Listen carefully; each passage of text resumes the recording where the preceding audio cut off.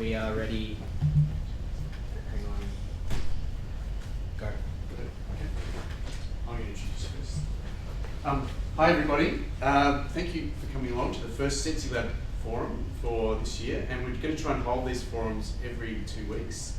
And Tom has been very generous in organising all the speakers so far. I think, who have we got next week? There's a bit of an empty space next week. Yeah. 2 weeks, it might be on a Friday. Great. Oh, great. Okay, yes. Okay, thank you. All right. But after that, there's Joanne, and after that, it's Tom Morgan. Fantastic. So, yeah. So we're going to try and organise this regularly every 2 weeks at this time.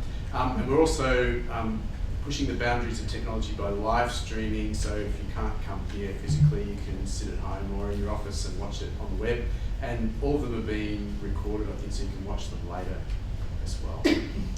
Anyway, it's really great pleasure to welcome Daniel Black from Arts, who is our very first sensiLab forum speaker. And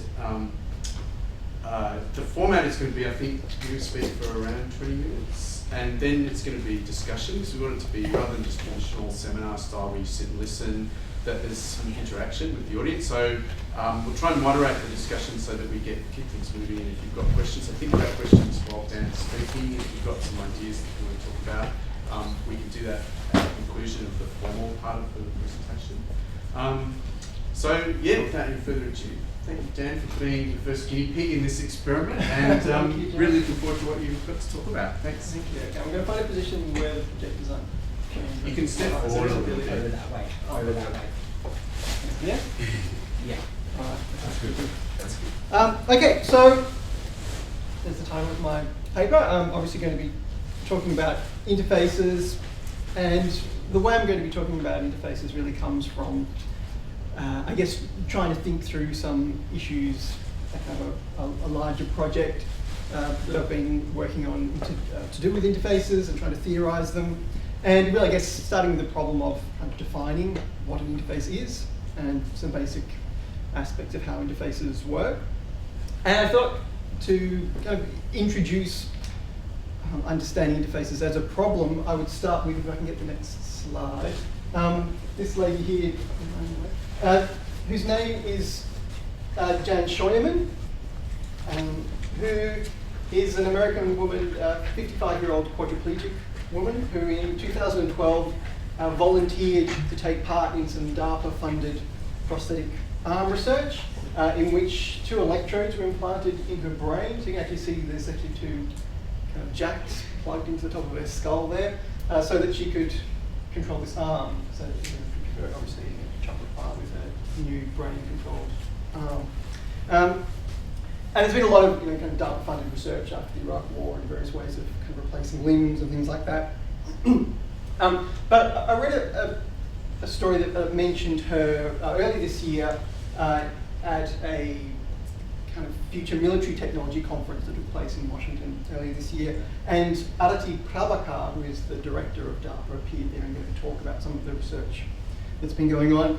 And talked about Jan Scheuermann and talked about a more recent experiment where they connected the electrodes in Jan Scheuermann's head into a simulation of the F-35 Joint Strike Fighter, which is kind of the newest, most whiz-bang piece of military technology the United States has. It's kind of the most expensive military weapon in human history.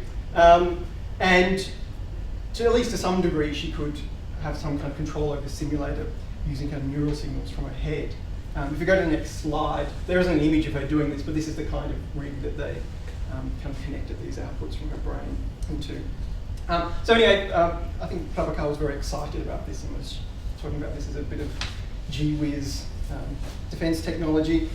And in this presentation, when she talked about it, this is a quote from what she said. She said, instead of thinking about controlling a joystick, which is what our ace pilots do when they're driving this thing, Jan's thinking about controlling the airplane directly. And when I read that kind of quote in a news report, the first thing I thought was it seemed kind of quaint that the director of DARPA was talking about people driving airplanes rather than piloting them. But the second thought I had was this description of the ace fighter pilot supposedly thinking about controlling a joystick while they're flying a plane, and thinking, is that really a kind of a realistic description of people's experience of flying a plane? And by the same token, is thinking about turning a wheel a kind of an accurate description of people's experience of driving a car? Or thinking about moving a pen, an accurate description of handwriting? It seemed to kind of reflect a kind of fundamental problem with conceptualizing what's actually happening when people are controlling kind of technological devices or engaging with various kinds of technological interfaces.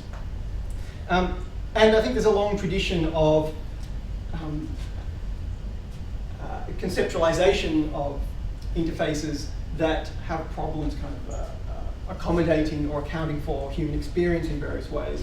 So of course, in interface design and other kinds of technology design, there's a long history of thinking about the human user as just another piece of kind of engineering that has to be kind of plugged into a technological assemblage through the kind of human inputs and outputs. But even in a kind of more limited way in which some scholars in the humanities and the social sciences have tried to work through interfaces, you know, despite the fact that you might think that you might expect that the humanities and social sciences would be a bit more attuned to trying to understand human experience, you know, I'd argue that a lot of the attempts to conceptualize that have not really been any more successful. And I think a key reason for that is precisely because where that's been done, interfaces, digital interfaces specifically, have tended to be kind of put into a framework that already existed for talking about media technology more generally, and which was therefore developed in order to think about older media technologies like television or books or films, for example, that are fundamentally different from digital interfaces because they're not really for kind of doing things in the way that a digital interface is for doing things. Going back, I guess, to interface design, of course, the kind of the rise of UX and kind of user experience type approach is itself a kind of self-conscious response to the problem of kind of a previous, perhaps, invisibility of users in interfaces. But at the same time, I think there are still some conceptual problems that are kind of unresolved in that approach in terms of how ideas about human experience and human behaviour that largely come from the humanities are kind of converted into a kind of framework that's useful in a kind of practical sense in designing interfaces. But at the same time, of course, it is itself a reflection of this kind of longer-term problem with accounting for users. And if we think about the process that has led to various kinds of digital interfaces becoming kind of a key part of people's lives, obviously a key moment in that is the personal computing revolution in the 1960s. And I think it's reasonable to argue that that wouldn't have happened without a kind of fundamental reconceptualization of what a computer is that really sort of took place in the 1960s and 1970s, and particularly this reconceptualization of computers from computing machines to media technologies. And so, you know, for example, Alan Kay, who's arguably, certainly a key figure, arguably kind of the most important figure in the kind of the appearance of the personal computer, you know, has talked about in the 1970s reading Marshall McLuhan and having a kind of epiphany that this machine he was working with was a new kind of medium, for example. There's a kind of a self-conscious reconceptualization of what computers are around this idea of computers as a medium. And I think when you start thinking about computers, and by extension other kinds of digital technologies, as media, a part of what you then get, or what you tend to get, is a focus on the representational aspects of these kinds of digital technologies. And so I would argue that people's thinking about interfaces more generally has been influenced by this, I guess, assumption to some degree that representation is a key part of how they work. So again, if you look at accounts of interface design from kind of the 80s and 90s and things like that, I would argue that a lot of the accounts kind of hinge on this idea that what an interface does is works as a system of representation that largely represents things that are kind of invisible or incomprehensible to a user, to that user. So kind of representation is a key part of that. Going back to more kind of humanities type accounts of interfaces, again, I think that leads to the idea that understanding interfaces is about kind of thinking about things in terms of text and representation, that they have a kind of a logic or a grammar that needs to be kind of analysed and kind of figured out, and often results in a conclusion that it's about a kind of system of meaning that's often kind of imposed on the user. There's a kind of a logic of representation that people have to kind of work within, and that has certain kind of restrictions and so on. And through a lot of this, it's not just about representation, but it's about visual representation. And I guess my larger argument today is that when people talk about interfaces in terms of visual representation, they're really kind of working towards a dead end, because I'd argue that interfaces of various kinds are never really kind of primarily about visual representation or even audio-visual representation. And I think that the prominence of representation, and particularly visual representation in a lot of accounts of interfaces, arises from a particular kind of interface that's sort of foundationally influenced people's kind of large conceptions of interfaces, which is, of course, the graphical user interface. Next slide. Oh, sorry, I missed that quote. I forgot that one. But I read it out to you before. Sorry, I'm falling behind. Okay, here we are. The graphical user interface, which, of course, is popularised with interfaces like this, early Apple Macintosh in the 1980s. And so I just want to talk about the graphical user interface as a kind of an exemplary, kind of popularly understood interface for a minute. And really the idea of the appeal of the graphical user interface, heavily relied on this idea that its value came from being a kind of visual representation.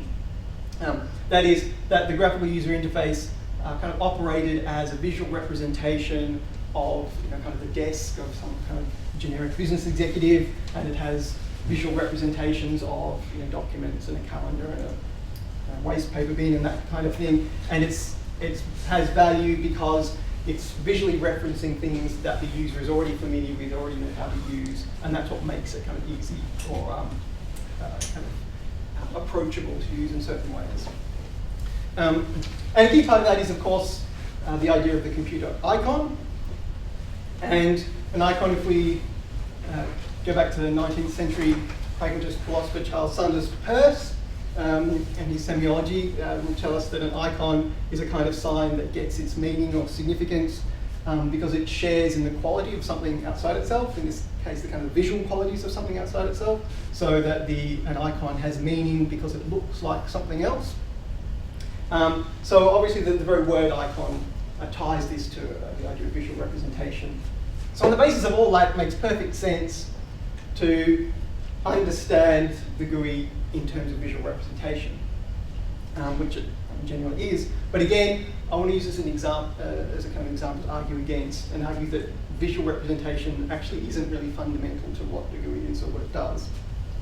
And the first point I would make about that is that if we think about icons, icons came relatively late to the graphical user interface. That is, that the kind of original kind of incarnation of the graphical user interface created the Stanford Research Institute in the 1960s, didn't have icons in it. It kind of appears in the lead up to the, it appears in the operating system for the Xerox Star, which is kind of the first commercially available graphical user interface. But that's really, it's kind of nearly 10 years later. And that when it appears there, it's much more limited in its application. And although I don't have time to go into it, I'd argue that David Canfield Smith, who is the guy who actually came up with the concept of the icon and worked on the Xerox Star, how he originally conceptualized icons and how he originally used them was actually kind of much more limited and much less about abstract representation than has come to be the case as icons have kind of spread and colonized more and more parts of the graphical user interface. But sort of pulling back to a more general point about what icons are and what they do, I think the key problem with thinking about icons and explaining them in terms of visual representation is the fact that today, at least, these icons really have relatively little relationship to, or they're getting relatively little of their meaning from any kind of visual relationship with anything.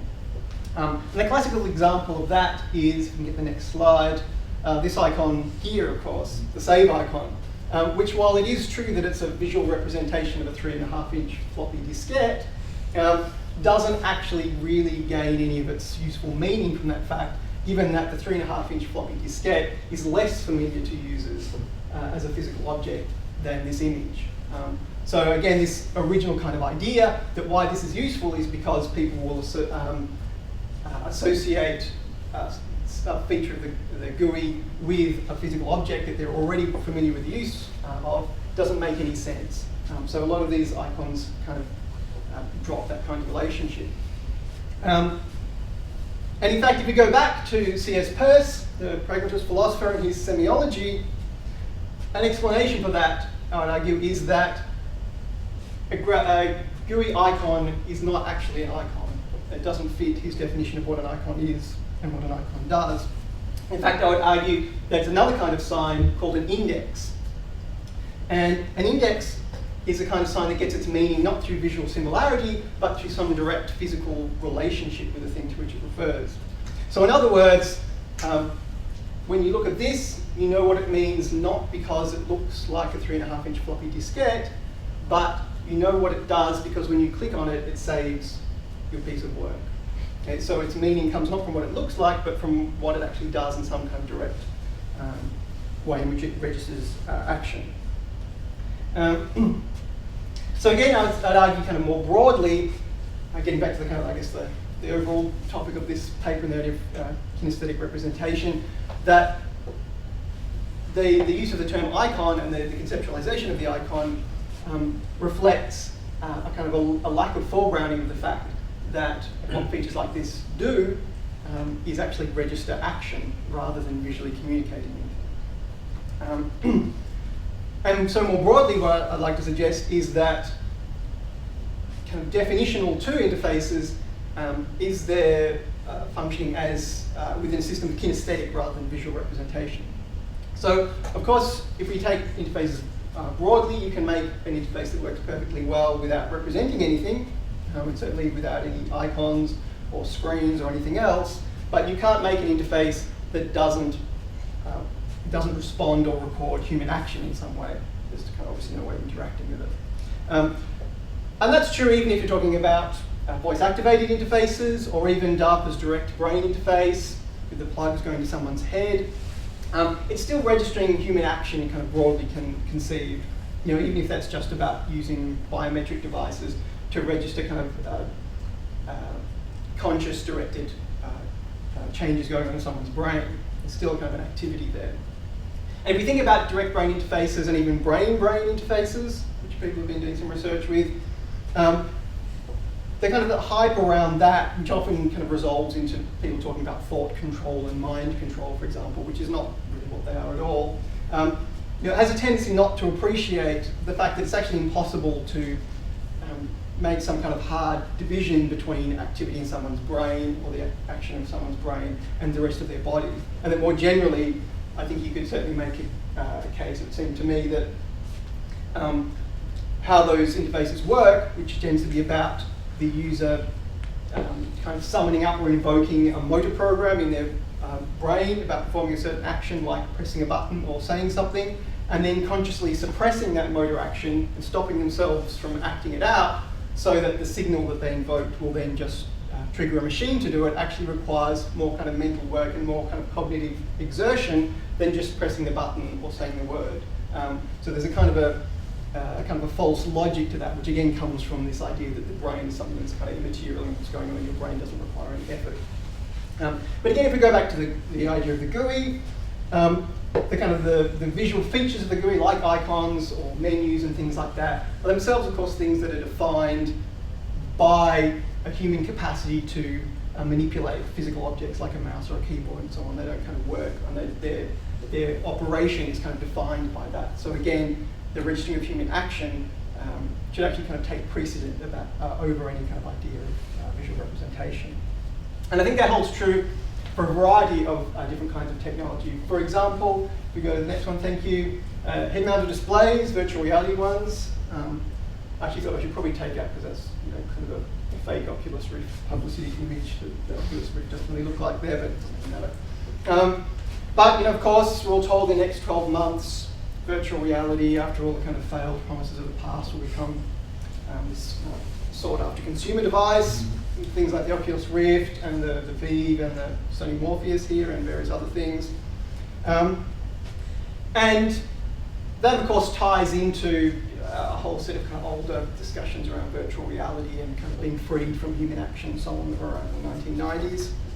And on the face of it, this would seem like very much something that's tied to a logic of visual representation and kind of new interfaces or ways of interacting with technology that would be created by this would seem to be very much around understanding these things as technologies of visual representation, which is generally how they're talked about. But again, I would argue that that's kind of missing kind of crucial parts of what's going on here, and that as technologies of visual representation, head-mounted displays are actually not very interesting or impressive. And what I mean by that is, of course, at a kind of a basic hardware level, what they do isn't particularly new or amazing. So it's a stereoscopic display, but people, the Victorians in the 19th century had stereoscopic display technology. People have been trying to solve on it with televisions and films repeatedly for the past kind of 100 years or more, and generally been pretty ambivalent about it and not that impressed.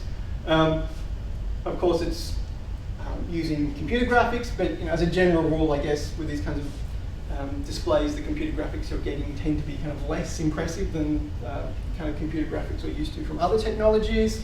And again, also, of course, the screen's been very small and very close to your eyes. You're not getting some kind of amazing new kind of high fidelity visual representation there. And so really what puts the reality in virtual reality, and as much as it does put the reality anywhere, is again the fact that the virtual reality head-mounted display responds to human movement. That is, what makes these possibly lower fidelity visual representations more convincing is that the head-mounted display is registering the movement of your neck or possibly the rest of your body as you move around, and that makes it seem more immersive. So that again, the key development here is really nothing. Well, it's not strong to say it's nothing to do with visual representation, but the key development that's been kind of added onto an existing system of visual representation is again the capacity of the device to respond or register human movement and human activity, which tends not to be. I mean, it's kind of implicit, but it's not talked about as much as it might be in relation to these kinds of things. Okay, so again, with all these kinds of examples I'm giving, the larger point I want to suggest is that this kind of registering of human action is actually the single most important aspect of digital interfaces and how they work. And I mean, in some ways that's kind of obvious, but if you think some things through from that, it kind of leads, I think, to a slightly different way of thinking about interfaces. And so if we start by thinking about digital interfaces in relation to media, if we think about these things as kind of media technologies, then it makes them fundamentally different from what representation means in other kinds of media. So if kind of in kind of simplified terms, a general conception of what a media technology is that a technology is something that mediates between a person and some kind of perceptual reality kind of out there beyond the media technology. A digital interface doesn't work that way because a digital interface, rather than being operating as a technology that sits between the audience or user and some perceptual reality beyond it, the interface actually becomes something that's actually not really in the technology itself, but is kind of hovering in between the machine and the user and mediating between the user and the machine. But more than that, if we think about a kind of traditional media technology like, say, television, if the television is understood to mediate between a television viewer and some events or perceptual reality beyond the television, and so it kind of represents what's beyond the television to the viewer, what an interface does is actually work in the opposite direction and represent the user to the machine. That is, it's a kind of media technology that the machine uses to receive a representation of what the body of the user is doing. So it kind of works backwards in the opposite way. And I think the larger significance of thinking about it in those terms is that this operating in this way allows interfaces to kind of register the ways in which we engage, not with the technology, but with the environment more generally, or with other people, things around us. And because digital devices, various kinds of machines are themselves tools that we use when we are engaging with the environment around us, that we do use to actually act on the environment, it allows them to change how they function in various ways in response to our ways of acting on the environment. And in doing that, they can actually kind of inflect or change our mode of engaging with or acting on the world around us. Because how they function as tools can actually be molded in response to their registering of how we're behaving, how we're acting, how we're sensing, and so on. And so I like to relate that to a kind of a broader working definition of what an interface is, not just a digital interface, but any kind of interface that I've been working with lately. If we go to the next slide, that's my kind of working definition of what an interface is more generally. An interface is a mode of engagement between a body and a feature of its environment that produces some change in that body's capacity for sensation and or action. So again, kind of disengaging the idea of an interface from any particular kind of system, or certainly any particular kind of physical object, and saying that an interface is a thing that's actually produced by people using objects in certain ways, and that an interface is there when doing that is actually changing how the user is acting on the environment, or how the user is kind of sensing, perceiving their environment, or some kind of combination of the two. So that's a kind of a broader idea of an interface, but if we think about it particularly in relation to digital devices and digital technologies, we can see a kind of expanding capacity to create those kinds of changes, and kind of greater scope to create those kinds of changes in how people act and perceive. And thinking about them in that way, again, takes us away from this idea of interfaces as kind of self-contained things, as parts of technology, if you like, and instead leads to a kind of larger set of questions about how the relationships we have with particular kinds of devices, particular kinds of objects and tools, can kind of change our relationship with our environment, or with other people as well. Now, I think probably I don't have time. Yes, okay. I'm running very late, so I'm just going to skip. I was going to give some examples of how we could see that happening in relation to sensing, in relation to people's perception of time, but I'll skip over that, so you won't get to hear about experiments of convincing people that their fingers are being sliced off by knives and things, but maybe there's time to talk about it later. So I'll just kind of wind up by just talking about kind of more general, make some general concluding points about this idea of objects and interfaces changing people's perception. I mean, the classic kind of older example of how people's relationships with an object or an artifact can change their sensory experience is the kind of the cane used by a blind person who can kind of see in some sense because of their kind of physical relationship with that kind of physical artifact.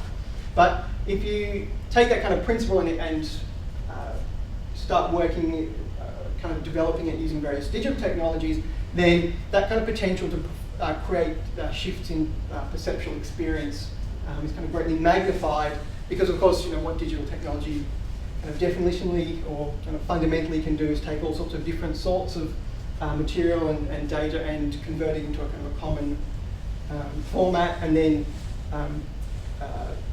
reproduce it not just in the original format, but a whole lot of other different formats. So then if you're talking about kind of sensory information, sensory stimulation, it allows for kind of translation between different kinds of sensory experience.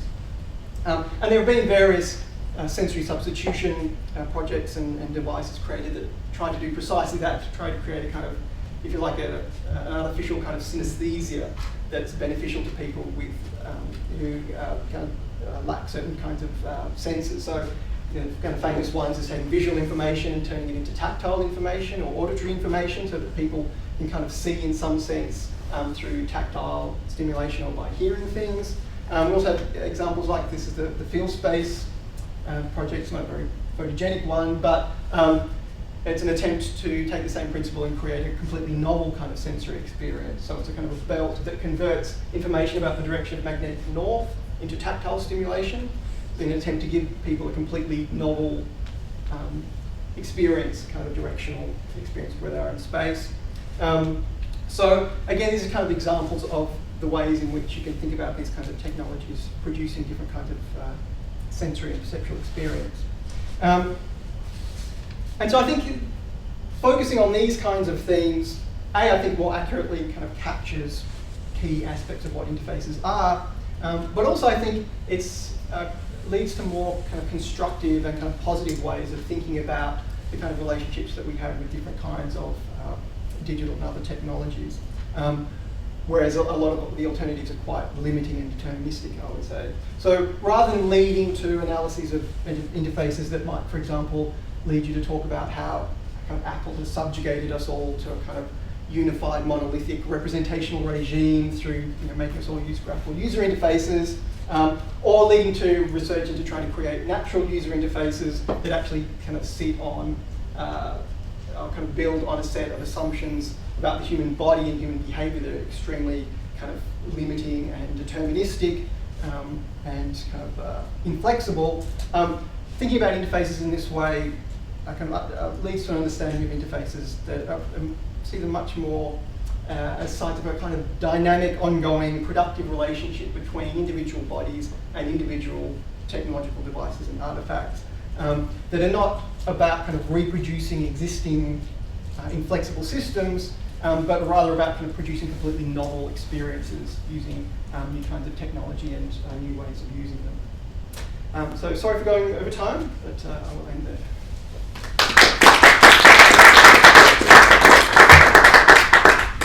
Okay, so we have time for a bit of discussion and questions. That's the point of having a shorter talk rather than a longer talk, even though we missed out on some really interesting interface examples there. So, firstly, does anyone have any questions that they want to ask Dan, or any clarification from this talk that they'd like to ask?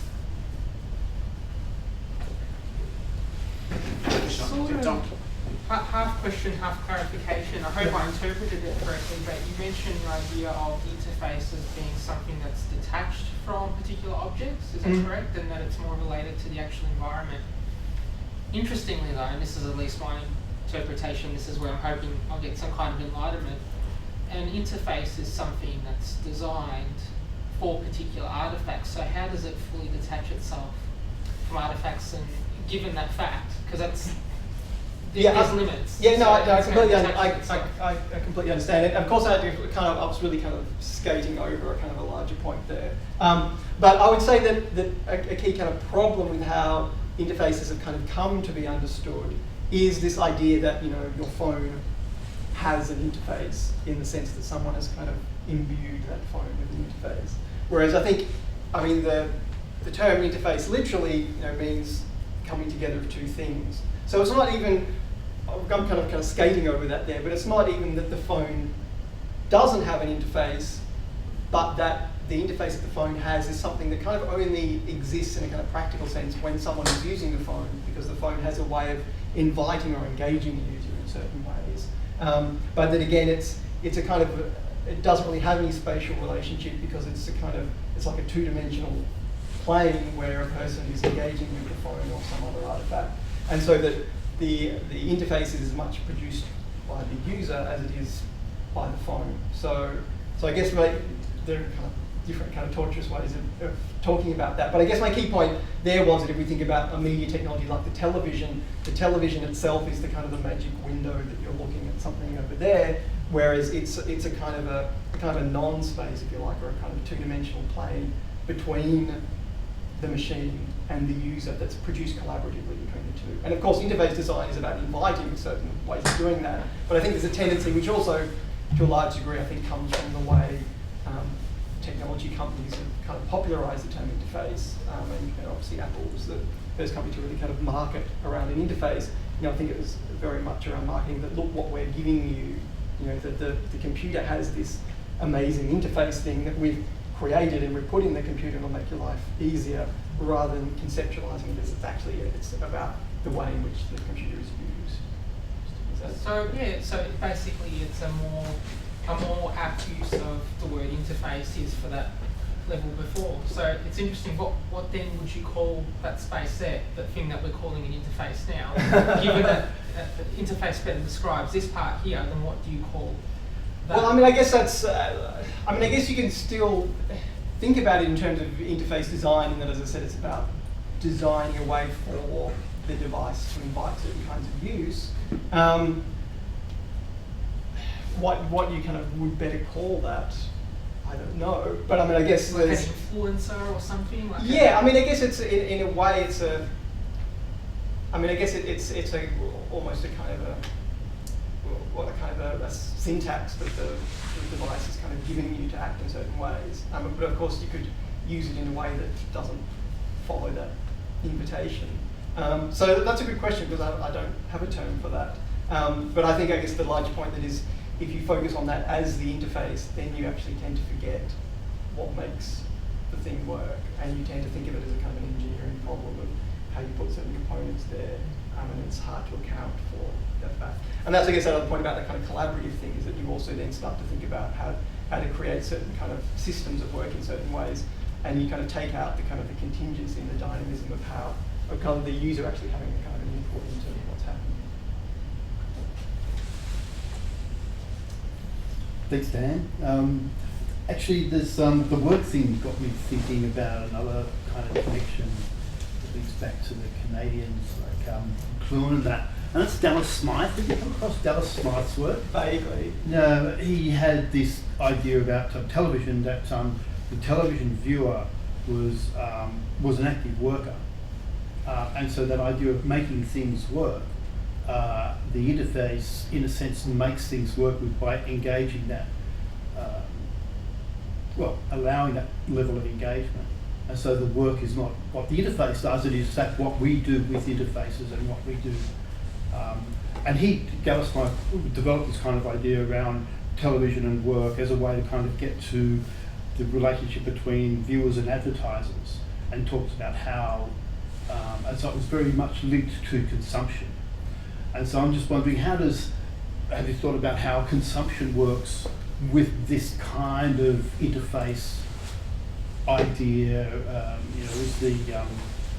Is the consuming product or the consuming of experiences, or does that play into ideas of the interface here? Or? Well, I mean, I think that the big difference, if you're talking about idea of an interface, is, as I said before, that an interface is for something to begin with. That, I guess, the reconceptualizing of television is precisely the kind of the idea that it feels like you're not doing anything, and yet, as you say, there's a kind of a work involved. I think how you kind of account for what people are doing with interfaces is a kind of difficult one if you want to look at it at the very kind of abstract level that I'm looking at. Obviously, you can do kind of ethnographic work and talk about all sorts of specific use scenarios. But I think it becomes, to a certain degree, kind of an unanswerable question in that way, which is, again, why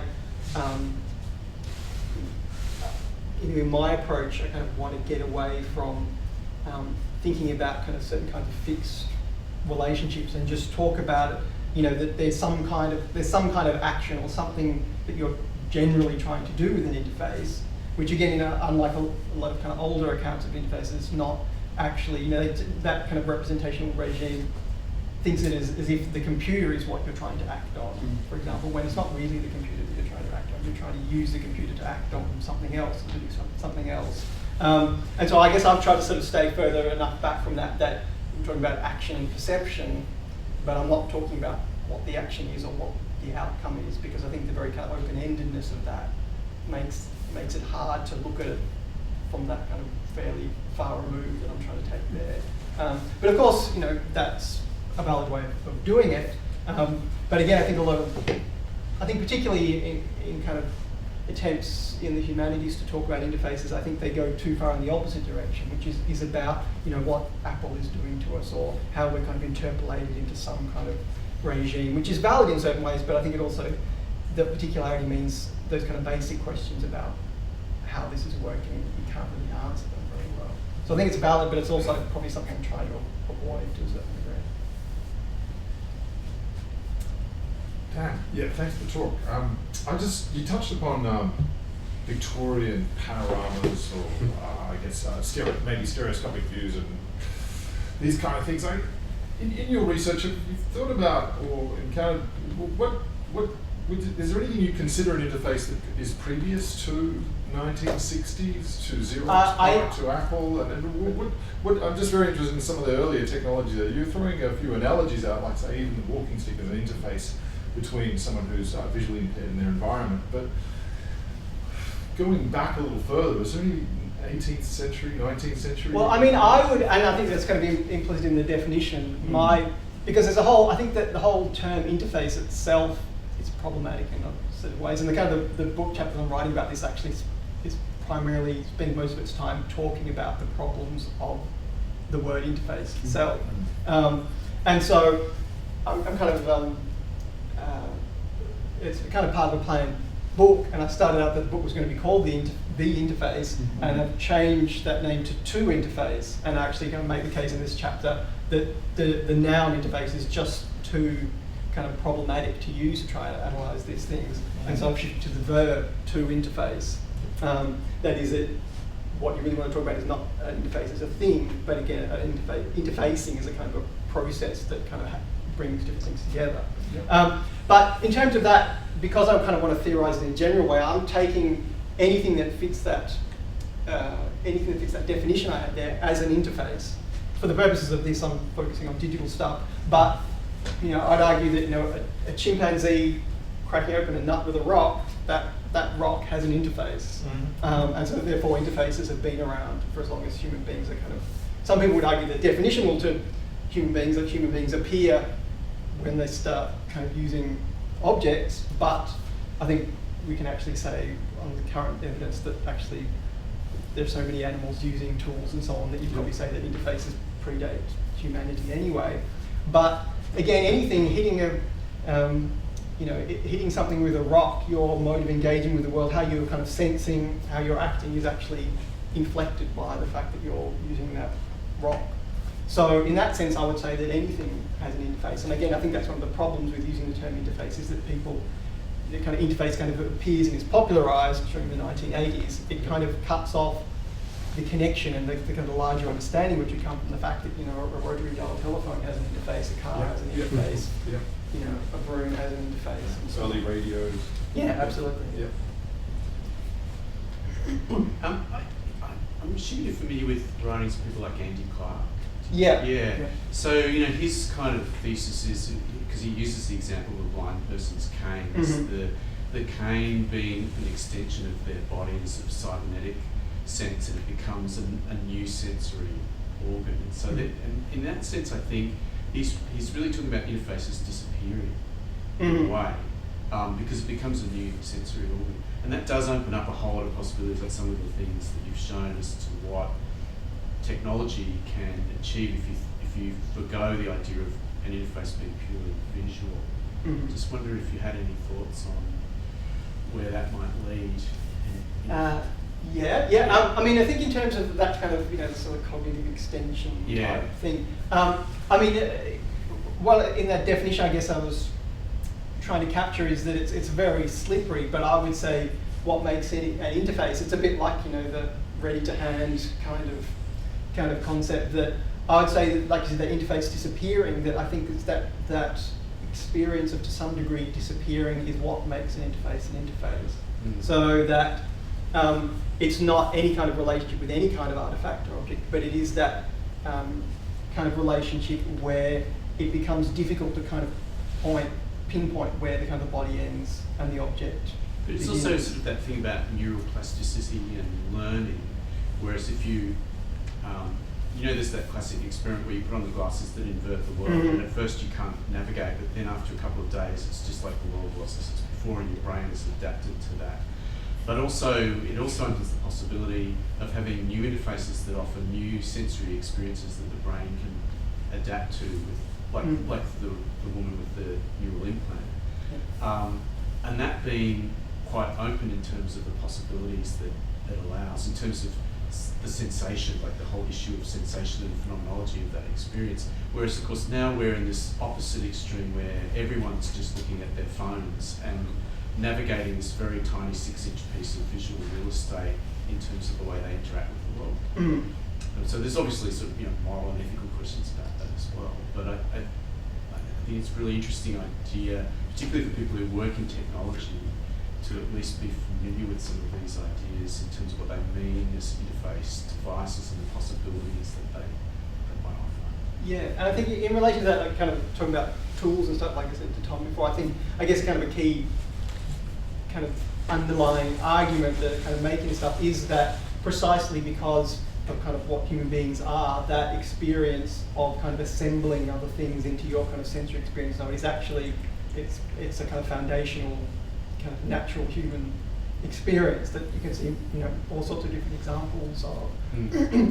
And again, that's why, that's my basic problem with the kind of underlying philosophy of the kind of natural user interface type idea, is that it's saying the body is this fixed, self-contained thing. Let's make technology that kind of complements that. Whereas, as you say, in fact, the body has this kind of almost endless capacity to actually have different kinds of experience and interact with things in different ways. People learning to play the violin, for example, showing their brains change and they can, make certain movements and so on that are not kind of natural in any way. But once you start thinking about the body as this kind of wall up against which you have to kind of assemble these things, then you actually shut out, what I would argue is the most kind of productive and interesting aspect of creating interfaces, which is thinking about, if you add this piece of technology to this body, what completely new, unheard of kind of experience or capacity do you create using that? I maybe just to, well, not to finish up, but just to throw some controversy into the discussion. So recently, because you showed a lot of virtual reality systems. So recently, Samsung had this publicity stunt that they did, and it involved a fly-in, fly-out worker whose male's partner was giving birth to their first child, I think, or maybe it wasn't their first child, but to a child. And it turned out that the fly-in, fly-out worker was rostered on to be working in a mine remotely at the time that his wife was due to give birth to their baby. So Samsung approached them and, with their permission, allowed a person to be present at birth wearing stereoscopic cameras, and for the fly-in, fly-out worker to be remotely located and experience using a virtual reality headset the birth of his child. And this was publicised as this amazing kind of way in which technology actually liberates you and enables, because the alternative was that he would have missed the birth, because the backstory was that the couple had agreed that it was more important that he was earning money, because you have to forgo like a 6-week fly-in, fly-out thing, in order to provide for the child later in life, to miss that magical experience of being present at the birth. I just wonder what everyone thinks about that in terms of what that interface does in a social and kind of political context as well, about work becoming more important, or technology liberating you from family life. Liberating you from family life. I mean, of course, it's just a cheap kind of stunt. But also, the interesting thing was that the couple agreed to do it, and they knew the consequence of it. I don't know if they got paid to do it. And it turned out to be a boom for Samsung in terms of publicising the Gear VR and everything. I just wondered what everyone feels about that in terms of these kinds of interfaces and the sorts of things that the companies that make them are dreaming up in terms of what they think they'll be used for. If you're in a driverless car all the time, you need things to do. That's probably one of them. Yeah. No, it seems like the irony of that is that, of course, what's the kind of the cliche basic thing that people will use technology for to kind of, supposedly intensify the kind of importance of the experience of childbirth, which is video. Take a video But it's movie of mediation. it, and it's like does the synchronicity of those two things, because it is, you're just kind of watching the video. So apparently he was in tears and he was talking to her and saying, "Oh, this is incredible. It's just like I'm there, and can you touch the head?" and all this kind of stuff. But of course, he's completely disembodied and you can't touch the head. There's no haptics or anything. Yeah. But this sort of primacy of this stereoscopic visual immersive, because he could turn around and look everywhere and see, like he was actually in the hospital where it was all happening. And I mean, I probably don't have anything that useful to say. Maybe someone else will. But I think it also goes back to the fact that with that virtual reality stuff, when it was kind of so hyped in the 90s, there was this huge kind of response to that, and philosophers were writing these kind of refutations of these kind of ideas about disembodiment and all these kinds of things. And then that kind of, by the time a lot of those critiques appeared, people had almost kind of forgotten about virtual reality anyway. But then because of that, that's all kind of been kind of shelved, and then sort of virtual reality just kind of appears again, and you've kind of got, Mark Zuckerberg talking about how, instead of Facebook, we'll all be sharing experiences in virtual reality any minute now and everything.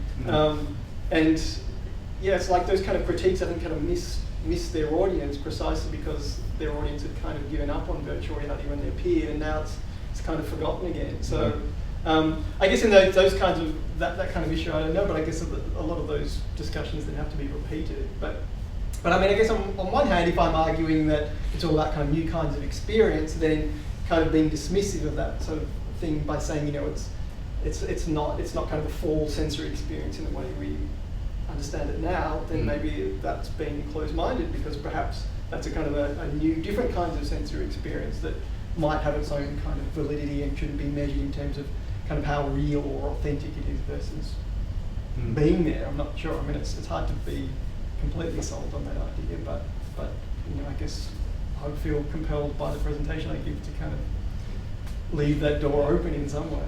Yeah. So John, sorry, that was tactile or haptic as well as audio as well as visual. No, it was just audio visual.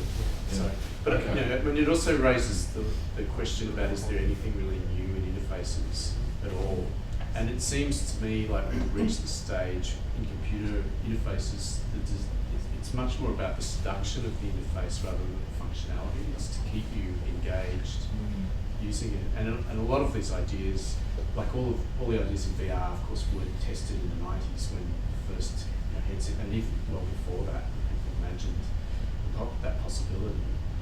But it seems to have all been forgotten or shelved, and now suddenly it's being released on a mass audience, so probably by next year there'll be millions of people wearing these headsets. And all of that will probably come up again as being issues for discussion and things. But I mean, maybe what does change it significantly is the fact that it's not just someone wearing one of these things in a lab and doing, controlling an aircraft or doing some military experiments, that it's suddenly into the social space. Yeah, and there's this, we keep using the term virtual reality, but a lot of the stuff that's really interesting with it is more like a capture of actual reality and a way of experiencing it, like the baby thing. That's not a virtual space, that's a way of being present in a physical space. Yeah. Which I think is kind of interesting, that the really interesting stuff is not immersing yourself in a created or fictional environment or a virtual environment. It's a way of experiencing a place you've never been or something like that, but it's all based in actual reality. It's telepresence. So telepresence again has been, there's a whole journal, I don't know if it's still going, but Yeah, presence is still yeah. So that's also been really well explored, and I'm sure that'll be a big area of application. I guess, I mean, maybe the question is really, is there anything new in interface design or the way that interfaces are conceptualized? I mean, even the idea of the brain interface, which seems kind of out there in a way, was mooted many years ago. I mean, generally the technology doesn't live up to the reality for a long time, if ever. But I think people are really struggling. There's this whole area of tangible interaction design where people look at physical interactions and tools and objects and things that are electronic or connected or serve some form of physical interface. But beyond that, I don't think there's been any. I mean, people might disagree, but I don't think there's been any really major advances in interface design for probably more than 20 years. Yeah, I mean, I think going back to VR again, it's that point that how VR is sold is again about kind of verisimilitude, or it's about realism. That again, it's not about creating a new kind of experience, although it probably does unintentionally in certain ways. But that how it's sold as being so great is that it's just like real life in certain ways. That again, I think it's the problem with trying to conceptualize a new interface when you're just trying to kind of mimic things that are already there or kind of follow existing things. That's why I think the kind of sensory substitution stuff is really interesting, because it's actually about trying to create, using digital technology to create a way of kind of interacting that doesn't have any direct connection or parallel to something else, like that field space project. That it's actually about using the technology to have a complete, you know, at least theoretically, completely novel way of interacting with the world, or kind of doing certain So just seeing sounds and hearing colours. Yeah, and even the field space one, like people were talking about the people who are really worked well for, and again, it's that kind of idea of the kind of the interface disappearing. It's like the same with the other kinds of sensory substitution. But the people who are really worked well for were saying that even after the end, they would take the belt off after using it for a long time, like they would be lying in bed, and they would still feel this thing, and they would roll over, and it would go into the other, like as if the belt was still there, and that's, you know, kind of a key part of how that kind of technology is evaluated. Like the vision to sound thing is that it, again, it's the human body, the human brain has this capacity to kind of insert this below a conscious level. You know, so blind people who've used things as like a voice system. There's a couple of different ones, but it's one that they can use through their mobile phone. But it takes images and converts it to sound. And again, people who have worked really well for it have said things like they'll be in their house and like a car horn will beep outside, and they will see a shape, like surprising, that kind of corresponds to the significance of that sound. So it becomes a kind of pre-conscious kind of change in people's experience and so on. And again, you know, that's something very different from, you know, how can I make the computer think that you're really here, or that, you know, you're actually touching something that's not there, where you're just using kind of existing ways of behaving or sensing as this kind of benchmark, and you don't think that you have to build everything around that. It's kind of seeing how far you can push completely different experiences. Again, I didn't have time to talk about it, but that virtual reality experience there was also about that, the degree to which you can kind of play on existing kind of known neurological principles to make people think that, for example, a kind of a 3D simulation of a body in virtual reality is actually their own body. So they were measuring in that image, trying to get people to have a panic response when a knife appears and cuts through our hand, which is just a simulation of a hand. But it's again this kind of how flexible and adaptable the human body and the human kind of mind is, that it can actually, you know, feel a kind of sense of connection or ownership to things outside itself that are so much, that are so kind of visceral that you actually respond. You know, you feel like you're going to feel pain if you get hit with a hammer, for example. It's all these things that, you know, if you push that, that's where you get interesting things with interfaces. But if you just try to kind of reproduce existing kinds of interacting, then of course you kind of on a bit of a treadmill. And you also got to naturalize just kind of existing ways of interfacing. That's something I've kind of ridiculed. So you look at, there's one example of a kind of natural user interface research where the person was saying, look, you know, because of how my motion and my actions are being kind of monitored by the environment, I can make a phone call by picking up this banana and using it. Has everyone seen this a few years ago? These Italian researchers will pick up this banana and put it, use it like a telephone, and doing that will kind of activate Skype or something, so I can talk. So it's kind of like you can use anything to the system is kind of the smart environment is responding to you. But of course, doing that is just the interface of another piece of technology. There's nothing kind of natural about it. It's just how you use another machine. So you're just kind of on this kind of feedback loop where what you're kind of naturalizing as kind of normal behavior is just some other interface from somewhere else. And this kind of doesn't seem to point to it. Well, I guess the argument is convention, though, right? It's just... Yeah, but I mean, I guess it gets back to the problem of what is natural, but you know, you try. Why do we drive on one side of the road? So I think Maxine was actually telling us because of Napoleon, right? Because the reason why we drive on a particular side of the road was because the majority of people are right-handed, so they could have their sword out, or horse but Napoleon, that's why the British drive on the left-hand side, because we're not going to drive on the same side as those sticking English and we're all driving. I mean, there's nothing wrong with convention, but I guess if you're just kind of mindlessly reproducing convention without thinking about alternatives, then you're probably not going to come up with a new idea. Well, but also if you think about the QWERTY keyboard, that's a classic example, right? There are keyboards that people can type about 10% faster on, but it takes time to get to that faster speed, and it just hasn't been worth the cognitive effort of switching over and the industrial effort of changing it for anyone to seriously start mass manufacturing keyboards that disobey that layout. So there are, I think there are those basic functional needs that become convention for no good reason, and yeah, it's great to question them. And it would be great if you could type your emails 15% faster because you could type 15% more. But there's just not enough. It's not 100% faster. It's only a small amount faster, and also it means that you have to sacrifice being slower for too long for it to be worth doing the change. But you have to do that to touch type as well. Sure, but people are fundamentally lazy. So But again, I think there are ways of kind of leveraging the fact that I think people naturally can kind of incorporate certain kinds of experience without kind of having to learn them. But it's of course it's hard to kind of plot where that kind of boundary is past which it's kind of not worthwhile, I suppose. So usually the plasticity is forced on the user, like the interface is static, and then if we have to change the way that we're behaving in something to accommodate every time we move to a different device or something. How much are things like artificial intelligence changing that so that the interface is trying to adapt to what we're doing normally anyway? Is that something that's happening now? Is that a big? I mean, not that I'm aware of. I mean, I guess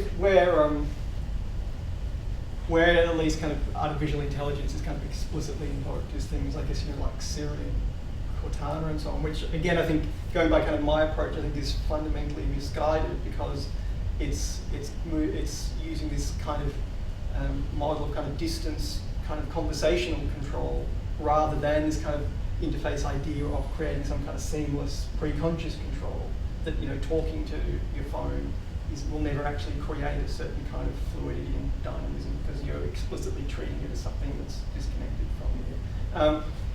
And in terms of interfaces that kind of use artificial intelligence to adapt themselves, I'm not aware of if you, John, or anyone else. I mean, I imagine that would be a kind of a nightmare to try to put into practice because every time you have a bit of flexibility, you're kind of opening up other kind of options for how it functions and so on.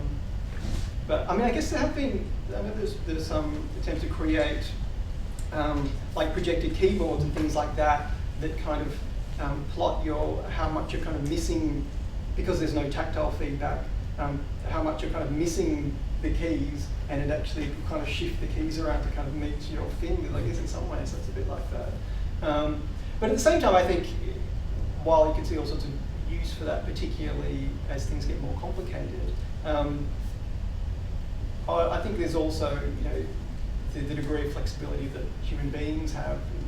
Again, like playing the violin is something that if you'd never seen someone play a violin or something similar, you'd probably think that was impossible for a human being to do. So it seems to me that there's always probably going to be more flexibility on the human side of the equation. And again, that kind of plasticity thing more generally is that people who do things like that, their brains actually reconfigure themselves and parts become bigger and so on in order to make possible something that's not otherwise possible for a human being. But obviously you could facilitate that with kind of lead things in that direction by having the device be more flexible. But I imagine that would be a very difficult thing to do well. We've run out of time, but please join me in thanking Dan for being the first guinea pig and doing a great job. Thanks, Dan.